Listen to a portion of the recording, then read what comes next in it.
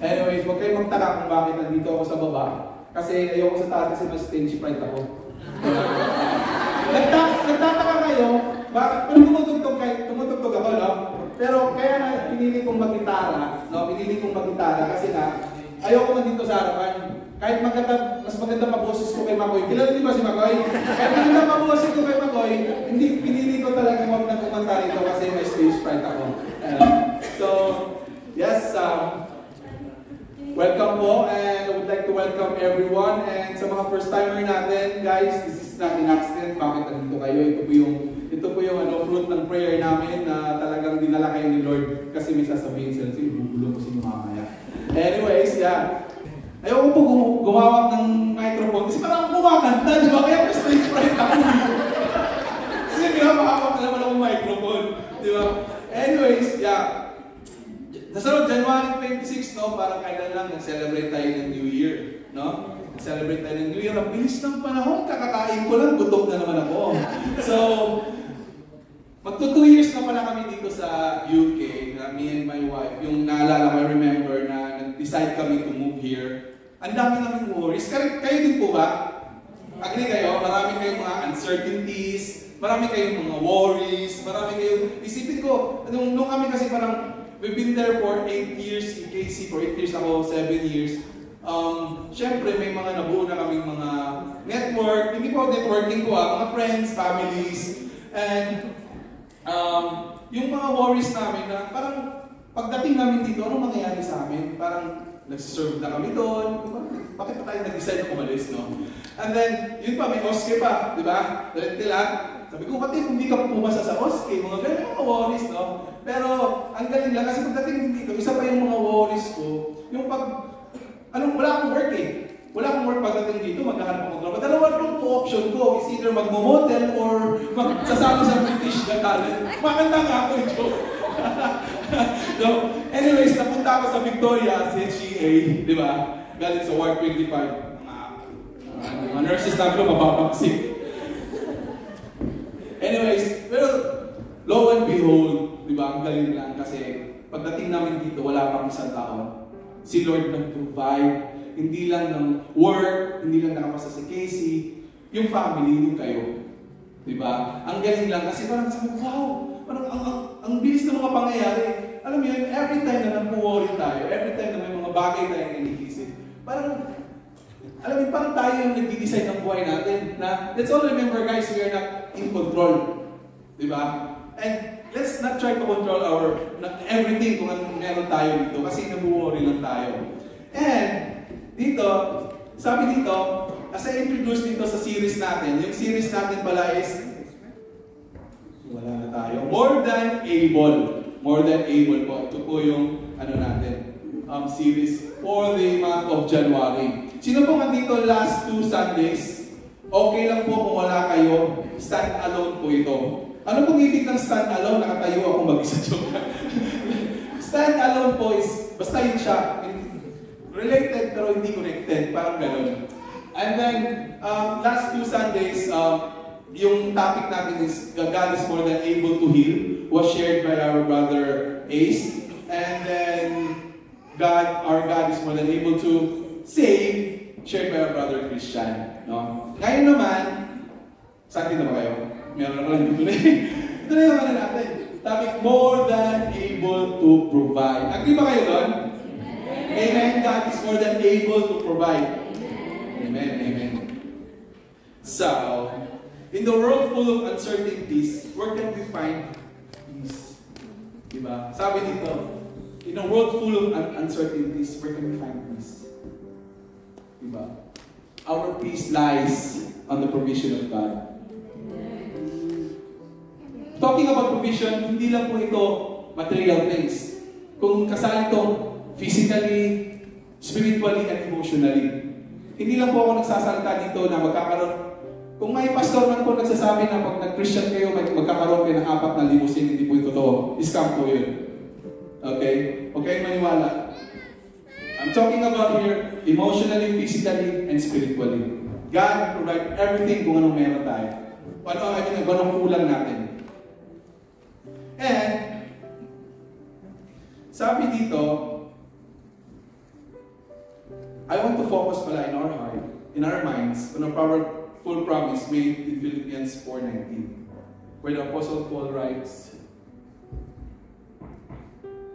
"And my God will meet all your needs according to riches." Diba? In Christ Jesus. Meron po ba kayong worries ngayon 2025? Or may mga worries kayo 2024, 2023, dala pa nyo hanggang 2025? Diba? I know, lahat tayo meron tayo. But I hope and I pray, after this preaching, magkaroon tayo ng peace. Magkaroon po tayo ng assurance that God will provide whatever happens. Whatever circumstances po ang meron tayo, God will provide. Because this letter was written by Paul inside the prison. Sinulat po ito ni Paul inside sa kulungan. And it's very amazing kasi nasa kulungan ka, tapos nag-encourage ka sa labas. So, ito yung kailangan ng encouragement. Sino pong nakulong na dito? Sino yung katabi yung mukha pang nakulong yan? Anyways, iba po yung feeling pag nakulong ka na. Yung isang araw mo parang isang taon. Compare yung kulungan dati at kulungan ngayon, grabe dati. Wala yung tawag nito? Toilet, di ba? Wala yung mga facilities, di ba? Minsan wala pang mga pagkain, hindi ka pinapakain doon, di ba? But then, Paul, di ba, assured the church of Philippi, sabi niya, "And my God, di ba, will supply all your needs." Ang galing lang kasi, kanina nung nag-prepare ako nito, naisip ko, Lord, sana magkaroon naman ng ganito na assurance, na hope, na faith, na whatever happens, kahit ano pang nangyayari sa paligid ko, I will still have hope and sure ako na God will provide everything. Amen ba? So, doon tayo sa point number 1. God provides beyond our expectation. Okay. Na-try nyo ba na yung mga prayer nyo nag-provide si Lord unexpectedly? Nag-exceed sa mga nyo, di ba? Yung mga nurses dito, di ba? Nag-pray kayo na, Lord, sana magkapasa ako sa OSCE, naging nurse ka. Dinagdagan, ginawa ka pang HCA. Di ba? Ginawa ka pang HCA. So, doble na magre-reklamo ka ba? Yung iba ka, walang trabaho, tapos ikaw na lang doon trabaho mo. Tapos ngayon, magre-reklamo kayo, bakit HCA kayo, at the same time, /nurse. Di ba? Isa sa mga example ko dito, di ba? God provides beyond our expectation. There are a lot of stories in the Bible na nag-provide si Lord. Nag-provide si Lord ng ang dami ng provision from Genesis to Revelation. So, pero ang pinaka-paborito ko pong story, itong feeding the 5,000. Lakas ko kasi ako kumain. Natuwa, sana andun ako. Food trip kasi yung gusto ko, di ba? So, sabi dito, di ba, itong time na to, when background lang ito, when Jesus, di ba, nag-ministry na siya, they are in wilderness. Hindi siya wilderness, parang remote, parang Lake District na siguro to. Imagine Lake District, nandun si Jesus sa Lake District, nandun tayo.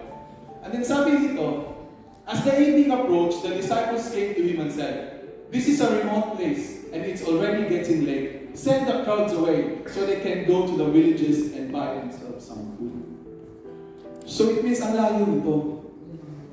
Di ba? Ang layo. Pero minsan naalala, di ba? Every time pag nag-pray tayo kay Lord, pero pinangungunahan natin si Lord. Di ba sabi niya, as the evening approached, the disciple came to him. Parang tayo lang, di ba? When we came to God, parang, Lord, may problema ako, pero may idea na ako ng gagawin. Alam mo yun? Na Lord, may problema ako, pero kaya solusyonan, pero may sarili akong solusyon. Ganun ba tayo minsan? Na nagre-prayer tayo, Lord, pag hindi mo siya ibigay sa akin, ibigay mo lang ako sa Kanya. Di ba? May tayo prayer, di ba? Yung prayer ko kay Casey dati, Lord, pag hindi mo siya ibigay sa akin, ibigay mo lang ako sa Kanya. Di ba? Yung mga desisyon natin sa buhay, yung mga prayers natin, minsan, di ba? Pinapangunahan natin si Lord. At ang daming beses, pinapangunahan natin si Lord. Di ba? So, anong sagot ni Lord? Sabi dito, but Jesus said, that isn't necessary. You feed them. But we only have 5 loaves of bread and 2 fish. They answered. Sometimes, God put us in a situation na hindi natin naiintindihan. Di ba? Isipin mo, 5,000. May 2 fish type 5 loaves. Kasama mo ako ba? Di ba? Kulang yun. Di ba? Kulang yun. Minsan, di ba? Sabi dito, sometimes God put us in a situation where things doesn't make sense, but that's where trusting God comes in. Amen ba? Amen. God put us in a situation na minsan question natin sa Lord, Lord, parang hindi ko ito nakikita may sense ito nangyayari sa buhay ko. Di ba? Parang imagine nag-work ka diligently and then bigla kang natanggal sa trabaho. Tapos wala kang na trabaho. Yung parents mo may sakit. Di ba, mag-question mo, Lord, ano to? Di ba? Ano to? Ano nangyayari? Di ba? Injustices, di ba? Wala ka namang ginawa, bigla kang nakulong. Nag-save ka ng pera, tapos biglang may nangyaring na-scam ka. Pinaghirapan mo yun, na-scam ka. Di ba, may mga ganung bagay? May mga ganung instances tayo na parang nilalagay tayo ni Lord. Pero, alam mo yun, bakit tayo nilalagay ni Lord doon sa mga bagay na dead end? Because He wants us to call Him. Ginawa naman ni Lord, posible sa ating pananaw, umaakit pa rin tayo sa wall. Gumagawa pa rin tayo ng sarili natin desisyon. And every time we fail. At pag na-fail tayo, sino sinisisi natin? Si Lord. Diba? Many times, and I'm preaching to myself as well. Diba? Anong sagot ni Lord? Sabi niya, bring them here. Ano yung mga concern nila? Diba? Wala silang pagkain, tama. Konti lang. Anong reply ni Jesus? Bring them here. Hindi sinabi ni Lord na ibigay mo sa iba o papawin. Wala. Sabi niya, it means, kung ano yung mga problema natin, whatever our concerns, let's bring it to the feet of God. Bigay natin kay Lord. Lord, ikaw na po bahala. I-surrender natin sa Panginoon. And many times, hindi natin binibigay sa Kanya. Binibigay natin sa ibang tao. Di ba? Nag-hook tayo sa ibang tao. Nag-hook tayo saan? Sa sugal. Baka yumaman ako, baka tumama ako sa loto. Nag-hook ako sa manghuhula. Pagkatok pa lang sino? Sino to? Umuwi na ako. Di ba? Manghuhulang pinatok ka. Tapos sino to? Hindi ka nahulaan. Umuwi ka na lang. Di ba? Scam yun. Di ba? Alam mo yan, parang sabi ni Lord, alam mo kung mandito pa lang sila, parang sasabihin ni Lord, guys, ang slow nyo. Di ba? Kung andun lang ako, baka sinabi ni Lord doon nung sinabi niya doon sa alin nyo rin, diba? Guys, ang slow nyo. Ginawa ko to para tawagin niyo ako. Di ba? Ang ginawa, yung isa, diba? Kung binasa niyo, yung isa, nagkikwenta pa. Nagkikwenta pa siya sa pera nila, di ba? Cost daw 200 dinari. Para lang hindi pa rin daw, kulang pa rin daw yung 200 dinari, parang 1 year salary daw yun. Kulang pa daw yun, ipakain sa 5,000. Diba? And it's very clear, God is telling us, guys, wala nyo na sa akin. Give it to me. Pero many times, hindi. Lord, kaya ko to. Kaya ko to, pero dito sa church, Lord, ikaw na bahala. Tapos kung andun na tayo sa sitwasyon, wala na. Tayo na naman. Diba? Sunday lang tayo, Lord, sa iyo ako. Pagdating ng Monday, ako naman. Diba? Salitan, shifting. Ano to? Shifting? Walang shifting kay Lord, guys. Diba? Kay Lord lang lahat. Sabi dito, they all ate and were satisfied. Ano sabi? The disciples picked up 12 baskets. Imagine! From 5 loaves, nag-12 basket pa na sobra. Kung andun lang kayo, kasi kayo hindi sinulat lahat yung reaction ng mga disciple. Gusto ko sana malaman kung anong reaction nila nakita yun, di ba? Baka nagsisense ikaw kasi, wala kang tiwala kay Lord eh. Baka sinabi ba, tiyan mo yun, mahiya tayo. Di ba? May 12 basket, 12 yun, hindi nag-iisa sila. Sabi Lord, kainin mo lahat yan. Di ba? 12 yun, di ba? Sabi dito, about 5,000 men were fed that day in addition to all women and children. Di ba? Ayaw ni Lord na maghirap tayo. Tayo lang po ang magpapahirap sa sarili natin. Just want to encourage you every time na makakabit tayo ng mga circumstances, ng dead end, just try, bigyan natin. And Lord, this time, ikaw naman, Lord. Kasi pagod na ako eh. Pagod na akong mag-desisyon, pagod na akong gumawa ng paraan. Hindi ko nga masulsol yung Rubik's Cube na 4 lang. Ito pa, di ba? And this verse reminds us that God is very faithful. Before pa ito mangyayari, alam na ni Lord, God's testing us talaga. He's testing us. He's trying to check. Yung mga tao naman, tutunan ba ito sa akin? Pero wala, I'm slow. I'm slow. Ano, paunin mo na ito. Diba? Kung ikaw sila na, slow na ito. Diba?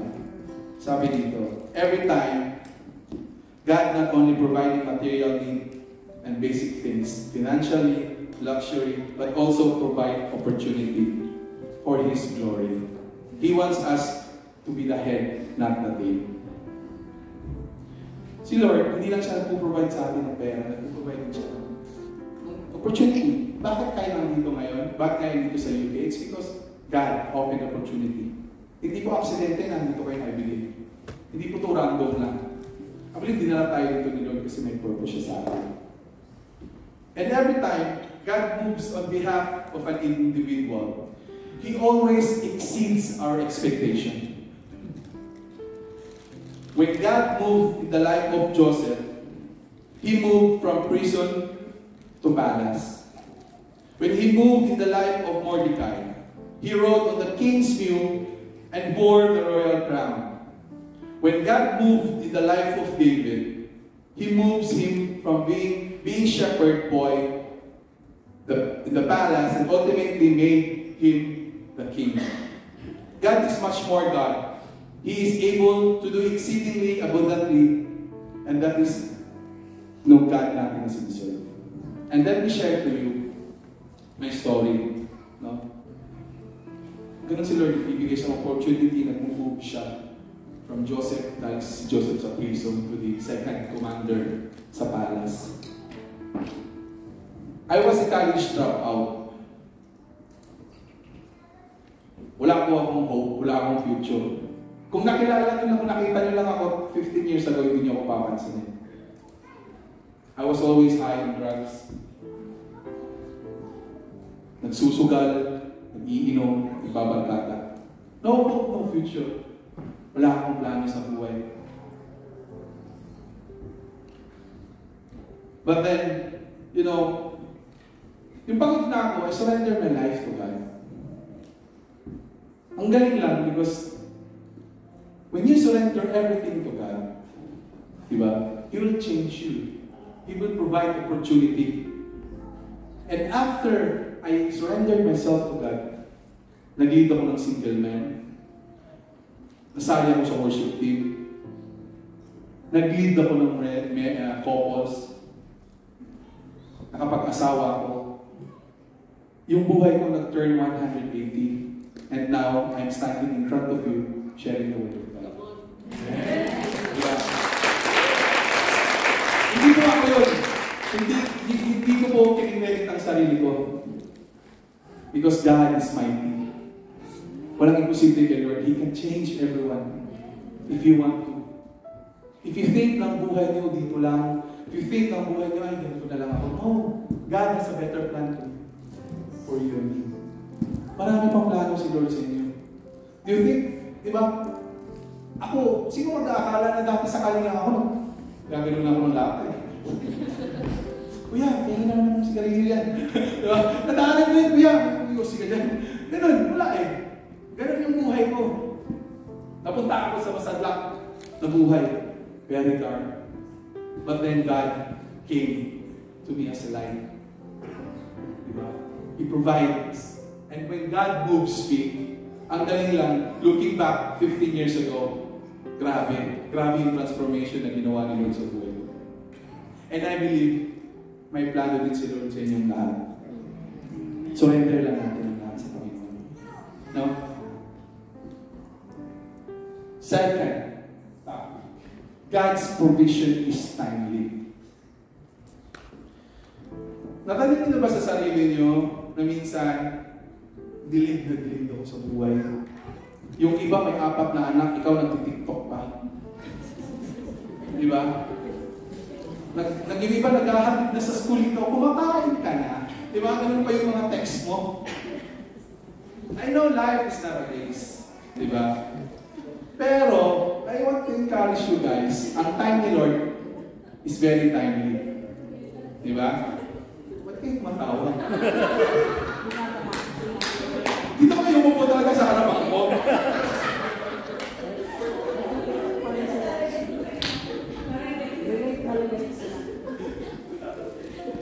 Trusting in God's timing can be challenging. Tama po ba?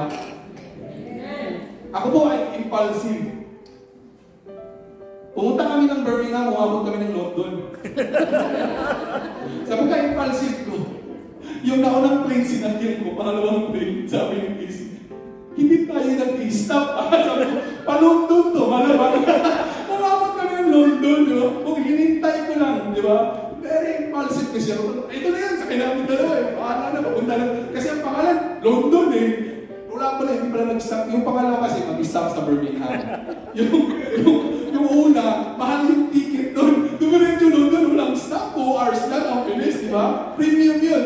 Buti hindi kami pinagbayad. Praise God, di ba? Nakabalik kami. Nalit lang kami ng 30 minutes siguro kasi nakabalik kami agad. Yung waiting game talaga, napaka-challenging. Minsan nawawala na tayo pag-asa, di ba? Minsan parang, ano bang nangyayari sa atin? No? And yung isa sa mga story natin dito, yung the life of Lazarus. Alam niyo ba itong story? The life of Lazarus. Sabi dito, now Jesus loved Martha and her sister and Lazarus. So when he heard that Lazarus was sick, he stayed where he was no more days. Anong sense? Love niya si Martha, si Lazarus. Nang malaman ni Jesus si Lazarus may sakit, sabi ni Lord, mag-stay muna ako dito for 2 days. Di ba kung isipin ko yun, tatakbo na si Lord agad dun eh. I-heal niya yun. Di ba? But then, sabi dito, the Bible specifically tells us that Jesus loved Martha and Mary and Lazarus. So when he learned that Lazarus was sick, you might have expected Jesus to hurry to Bethany to heal Lazarus. But that is not what he said. Instead, because he loved them, Jesus waited. He stayed where he was for another 2 days. And, sabi niya, may clue tayo kung bakit. Question, why did Lazarus wait? Why did Jesus wait Lazarus to die? Diba? Andito na naman tayo sa doesn't make sense na naman. Lord, bakit? Bakit na naman ito na ba, Lord? Diba? Yung mga disciples siguro nagtataka na. Diba? Tropa mo to, best friend mo to, tapos ngayon mamamatay na. Ang dami mong hinil. Ang dami mong mga bulag na nakakita na dyan. Mga bulag na nakalakad. Diba? Nakakita talaga ang bulag, guys. Nakakita talaga pilay na nakakita ang mga bulag. Pero, sabi dito, the first clue natin, sabi, when Jesus heard that Lazarus was sick, sabi niya, the sickness will not end in death. No, for it's God's glory so that God will be glorified.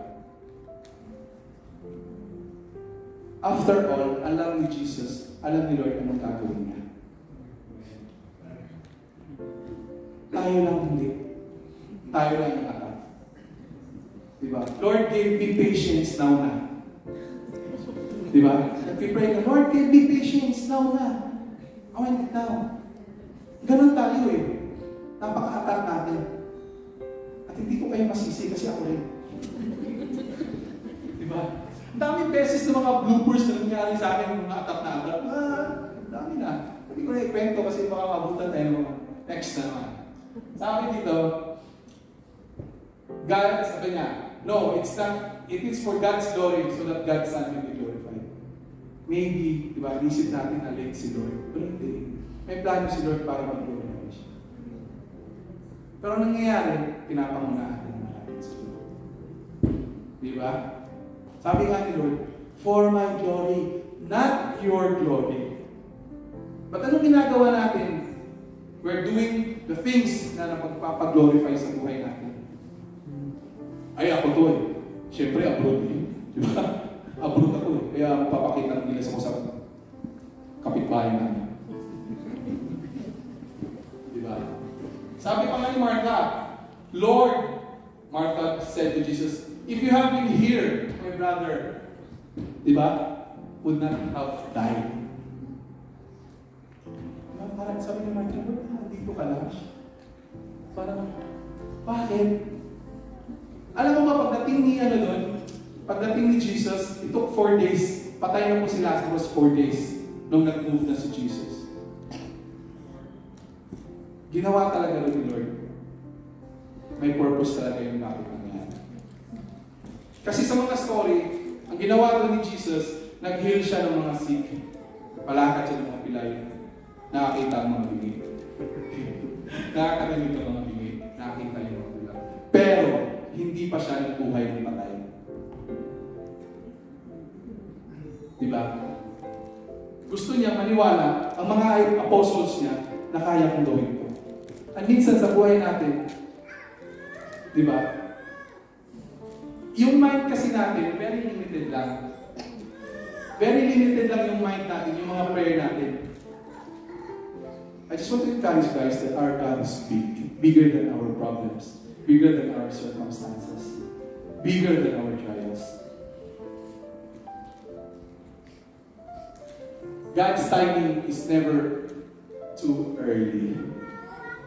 Hindi rin maaga si Lord.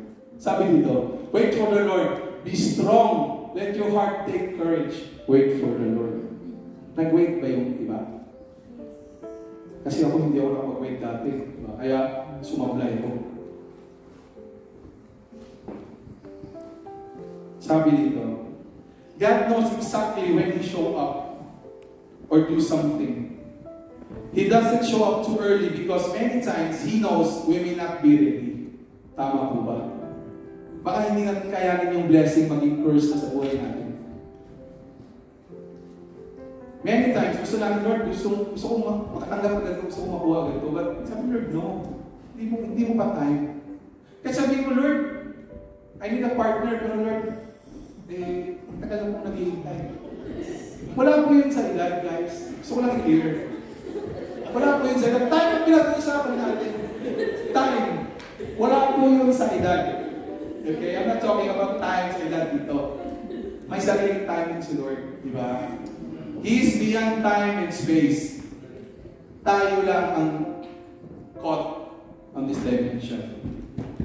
Wow, dimension. So sabi niya, He came, sabi niya, perhaps there's a lesson He's teaching you, and if He came too early, you wouldn't be ready to handle it. Such as your character, yung discipline mo, yet it could be a number of reasons, but God's timing is never too early. He's always right on time, and let's wait for the Lord. Hindi talaga early si Lord. Second is, God is never too late. Hindi po nalilate si Lord. Tayo lang po, ang lapit lang ng Victoria. 5 minutes away, alis. 8:30. Di ba? Di ba? O 7:45, tapos aalis ako 7:35. Mga ganun lang. Di ba? Tapos Casey nagtataksi pa. Nagtataksi po kaming dalawa. Ganun po kami minsan pag nalilate kami. Di ba? Pero si Lord hindi. Hindi po nalilate si Lord. Sabi niya, For my thoughts are not your thoughts, diba sabi nito? Neither your ways are not your ways. For the heavens are higher than earth, so are my ways higher than your ways. So my thoughts than your thoughts. Just as God's timing is never too early, He's also never late. He will show up right when He's supposed to. God knows the outcome of every circumstances and knows when to act and when to wait. On our end, we just need to learn to trust His thoughts are not ours and His ways are not. A delay does not mean a denial. God has a much bigger plan for you and His timing is perfect. Wait lang po tayo, guys. Alam po, mahirap yung waiting game. Sabi dito sa Galatians 4, but when the fullness of time had come, God sent forth His Son, born of a woman, born under the law, to redeem those who were under the law, so that we might receive adoption as sons. Perfect time po yung pagdating ni Jesus. It was written before pa dumating. Sabi niya, God's timing is always perfect. At the appointed time pala. In history, Jesus arrived at the appointed time in the end. He will return also at the same time. Hindi po siya late pagbalik niya nito. Hindi siya maaga, hindi rin siya late. Perfect yung pagdating. God knew the perfect time to send His Son to fulfill the mission of the cross.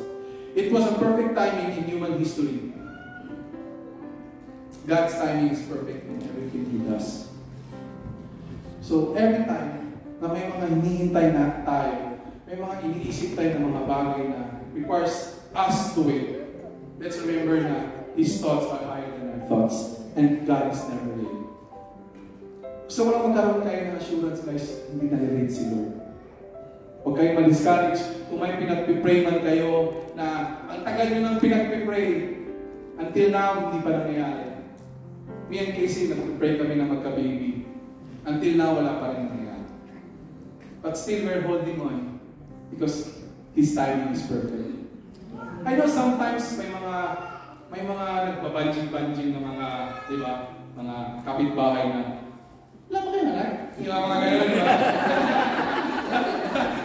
Di ba? Pwede lang na, di ba? Mga marites lang sa kapitbahay, di ba? Parang, tapos pag nagkaanak ka na, isa lang, di ba? Isa lang, ganda na trabaho mo, di ba? Nagdagan niyo pa, wala ka ganun eh.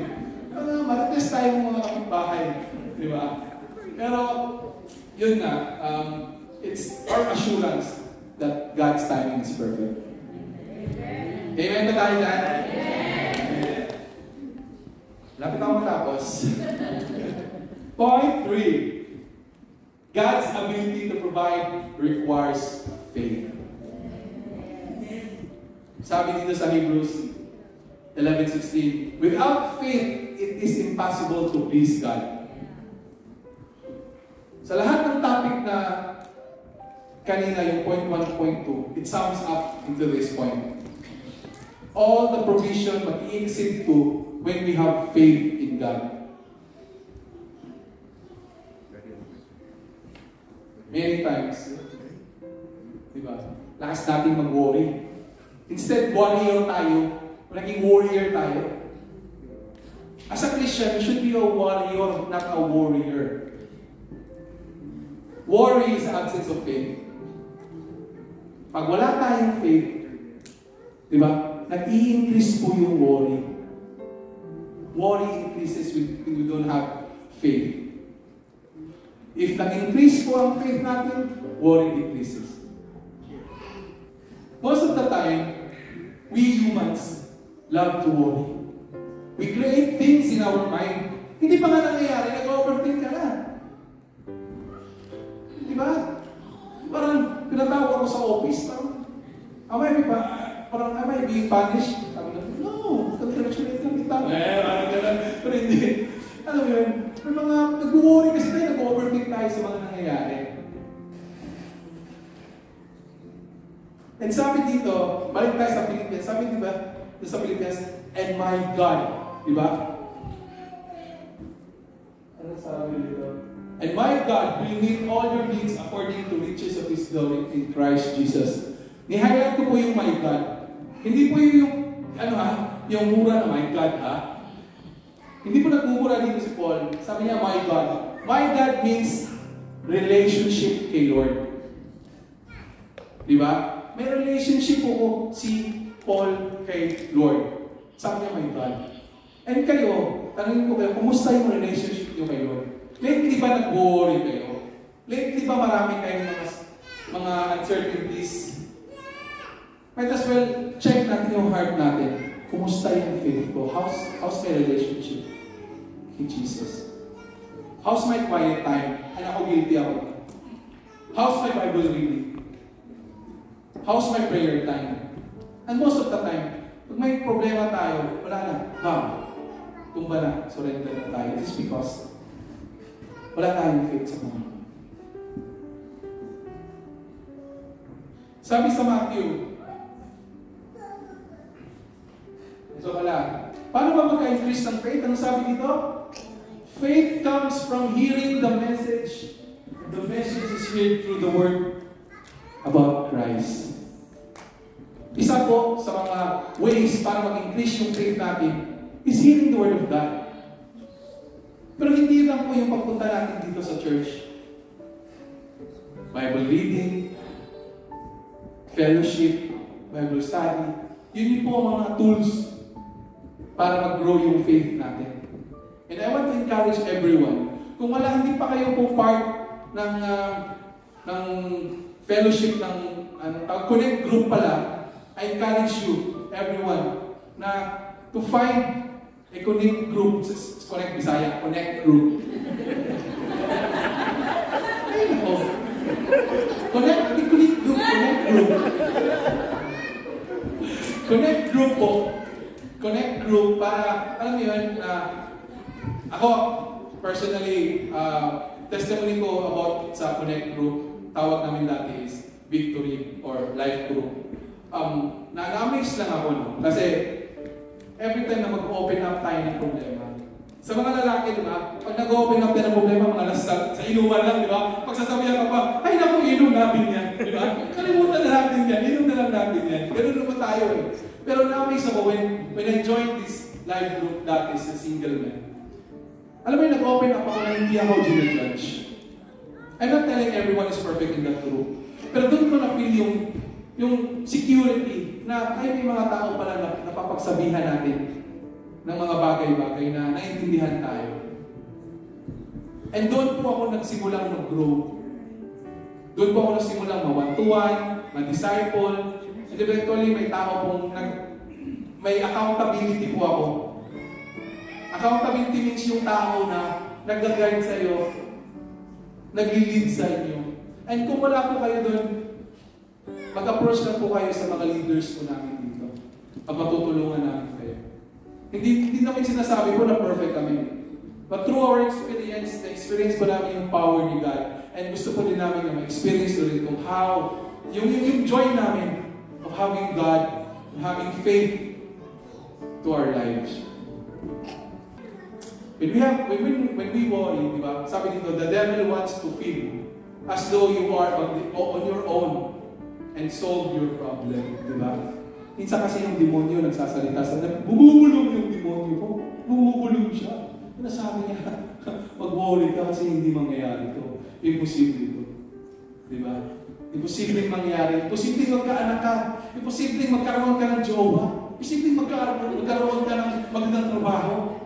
Pero no. Sabi dito, di ba? Nothing is impossible with God. Everything is impossible po. May timing lang ng Panginoon. Marami pong mga verses dito sa Bible that requires faith. Sabi dito, sa Matthew 19:2, Jesus turned and saw her. Take heart, daughter, he said. Your faith has healed you. Diba? Your faith has healed you. Malaki pong bagay yung faith. Ito po yung foundation ng relationship natin kay Jesus. And without this, kaya siguro na hindi tayo nai-heal, kaya siguro na until now meron pa rin bumabalik-balik pa rin mga problema natin is because siguro hindi pa tayo heal. Hindi pa natin binibigay kay Lord lahat.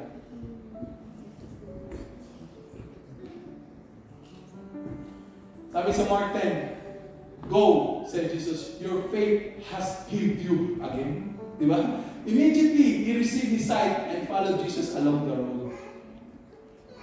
Faith pa rin po. Faith pa rin. And I believe, no, na God will provide us everything we need, especially faith, when we ask. Sabi niya, knock, di ba? Then it will be open. Ask and it will be given to you. Maintindihan ko kung bago pa kayo dito, kung wala pa kayong ganong faith, intindihan ko namin. But, huwag po sana, umabot tayo sa 10 years. 10 years na tayo nag-church. Tapos yung faith natin, kahapon pa lang nakilala si Jesus. Di ba? Oo, matagal na akong Christian, may problema, wala na, wawal-wal na. Di ba? Hindi po sukatan ang katagalan sa church about sa faith. And hindi po ako makakapag-judge doon kundi kayo lang. Mag-heart check tayo about our faith. Kung may ano tayo, kung may great commission tayo, meron din tayong great provision. Diba? Ano po yung great provision? More than anything else in the world. Anong sabi si John 3:16? Sabay tayo. So,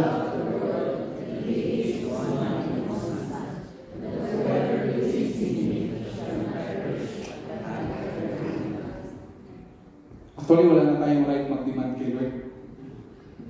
It was provided 2,000 years ago already kung ano yung pick. Actually, sasabihin ni Lord, nabigay ko na, bahala na kayo sa buhay niyo eh.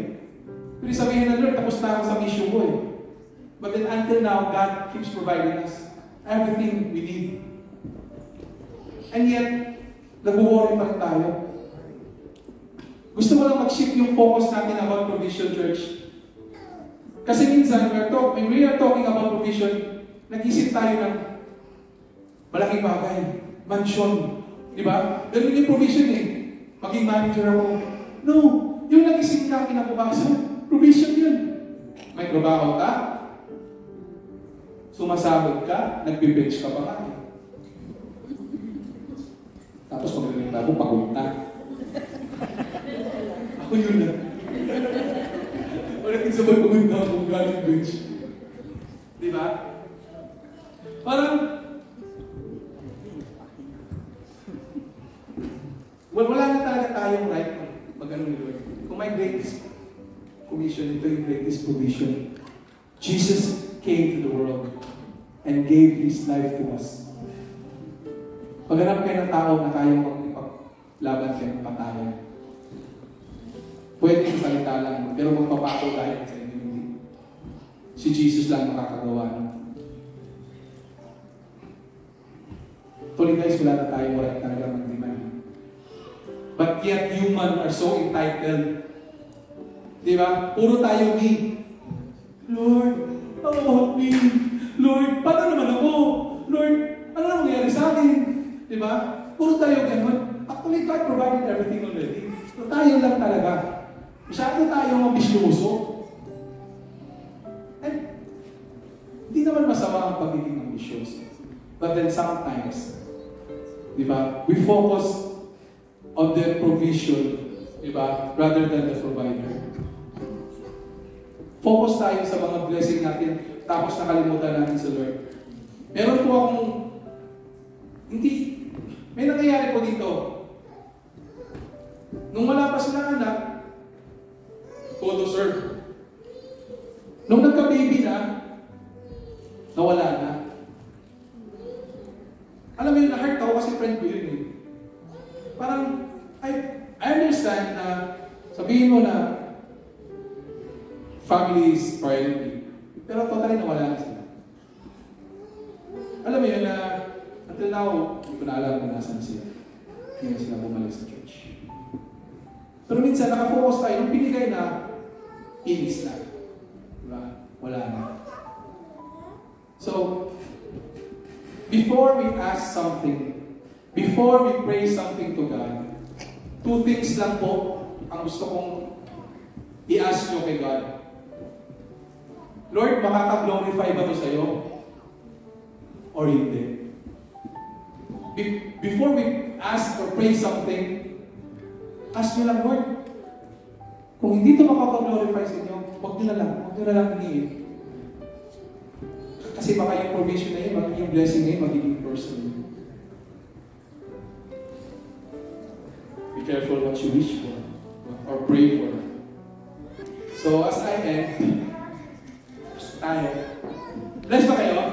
Yes! Gusto ko lang i-share yung life testimony ko. Yung connected nung kanina. 10 years ago, napanood na yung movie na The Terminal? Sino nakapanood na ng movie na The Terminal? Siya natulog siya sa airport ng 1 year ba yun? Ako po, natulog ako sa airport, nag-trap ako for 10 days. Dahil po sa mga maling desisyon ko sa buhay, nagkaroon po ako mga maling desisyon. I was trapped po sa airport for 10 days without anything. Nawalan po ako ng trabaho. Siyempre, wala akong sahod, wala akong trabaho. Walang sahod, walang pera. Pangalawa, iniwan po ako ng karelasyon ko. As in po, in-strip ako ni Lord. Wala. That time, grabe yung inis ko kay Lord. Natutulog lang po ako sa sahig, sa airport. Pero, sa sobrang inis ko kay Lord, hindi ko napapansin na hindi ako nagugutom. Alam niyo po ba, may mga restaurant doon, mga Pilipino, nang nalaman nila sitwasyon ko, sinasabi na, bro, dito ka mag-breakfast, Burger King. Bro, dito ka mag-dinner, Pizza Hut. Ako lang po yung depressed na tumaba. Sa loob ng airport, hindi na makapaniwala ng depressed ako, sobrang taba ako. Di ba? Tapos, ang bango ko bago. Siyempre, duty free. Di ka napamayabang na tayo ko na lahat ng burger. Pagpasok ko sa duty free, wait, lakos. Naliligo po ako sa CR. Alam mo yung iba nag-iilamos, tapos lalabas ako nakatapis at nagtututbrush. Gugulat yung mga, pinagagawa nito. Ganun po yung nangyari sa akin. 10 days po, natrap ako sa airport. And, ang dami kong realization doon. Ang dami kong tampo ni Lord. Kasi prior to that, nag-pray ako eh. Sabi ko, Lord, magsiserve na ako sa'yo. After a week, yun yung nangyari. Sabi ko, Lord, bakit? Sabi ko, Lord, bakit? Ito nangyari. Gusto ko nga na mag-serve sa iyo eh. Pero anong nangyari? Tinanggalan ko ng trabaho. Iniwan pa ako ng relasyon ko. Wala na akong pera. Ang option ko is umuwi ng Pilipinas. Kasi kung papunta ako ng Qatar noon eh, na-trap ako. So ang pinaka-option ko kung umuwi ako ng Pilipinas. December 18, magpapasko. Sa 4 na taon ko magtatrabaho, uuwi ko ako walang damit. Hindi po ako na-deport ha, nagpa-deport ako sa sarili ko. Wala na po akong underwear, buti yung mga Pilipino, binibilan ako ng underwear sa labas. Yung medyas ko, parang patay na tao na dun eh. Pero may nagpo-provide pa rin si Lord. In-strip pa ako lahat. Wala na akong trabaho. Wala na lahat. Cut the story short, nauwi ako ng Pilipinas. After 10 days, hindi ko na po kaya doon. Hindi ko na kayang gumising ng walang oras na hindi ko nakikita po yung sa Dubai Airport, hindi ko nakikita yung labas. Hindi ko po nakikita yung labas, gigising ako, wala akong gagawin eh.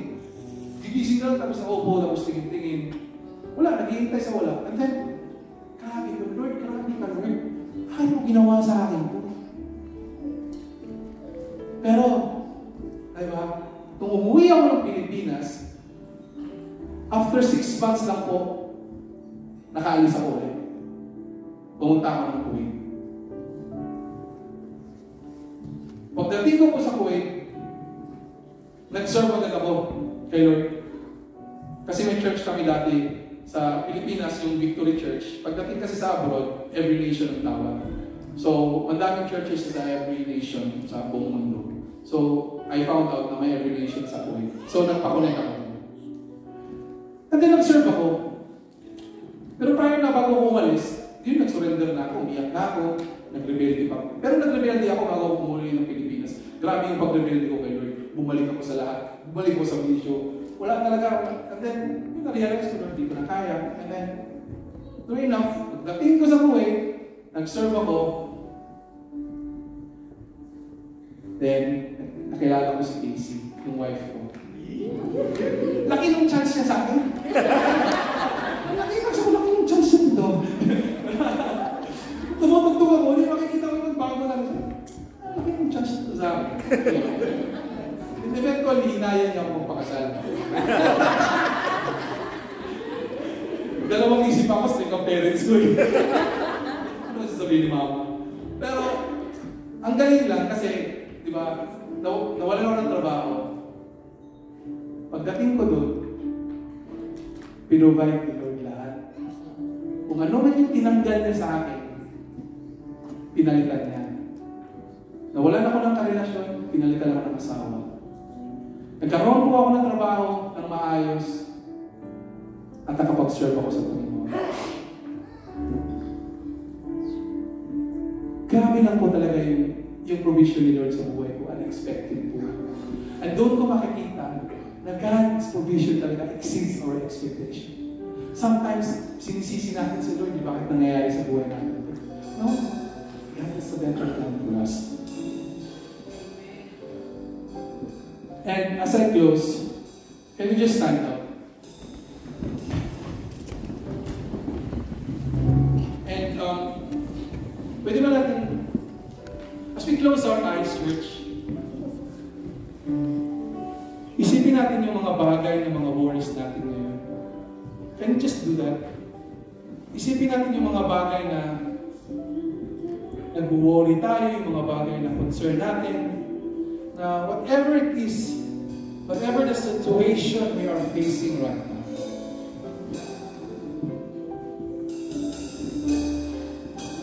isipin natin yung mga bagay na hindi kayo nakatulog, yung mga bagay na hanggang ngayon po ay wala kayong peace. And I want you to raise your hands, both hands, as an act of surrender. Sabi ni Jesus, bring them here.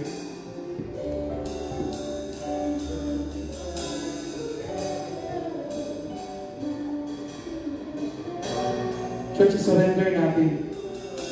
Kung anong meron tayo ngayon. Kung ano yung mga burden na pinag-ahawakan nyo ngayon. I-surrender natin sa Panginoon. Sabi natin, Lord, ikaw na po ang bahala. Lord, pagod na po ako. And Lord, I know, Lord, that you are Lord of all. Sabi nun, di ba? Do not be anxious. Do not worry.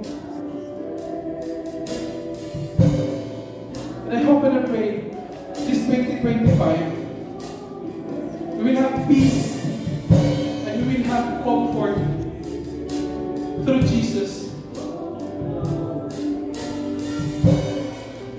Come on, church, bigay po natin lahat kay Lord. Let's open our mouth and let's pray.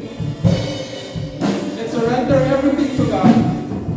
Lord, nakikita mo po ito, Panginoon, ang lahat ng kamay na andito, Panginoon. Lord, whatever their worries, Panginoon, Lord, whatever their uncertainties na meron sila ngayon, we declare, Lord God, that you will provide, Lord God, from head to toe, Panginoon. Whatever concerns, Lord God, you want, Panginoon, Lord, I pray for healing upon healing, Panginoon. Lord, I pray, Lord God, yung mga tao na sasaktan ngayon, Lord, I pray, Lord God,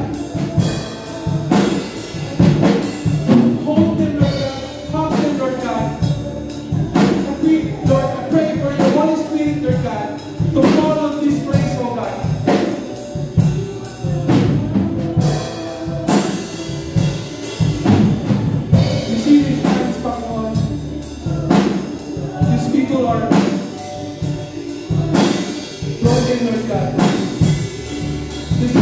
God, for asking for your help. Lord, ngayon Lord, sinusurrender po namin kung meron kami ng Lord God. Sinusurrender namin, Panginoon.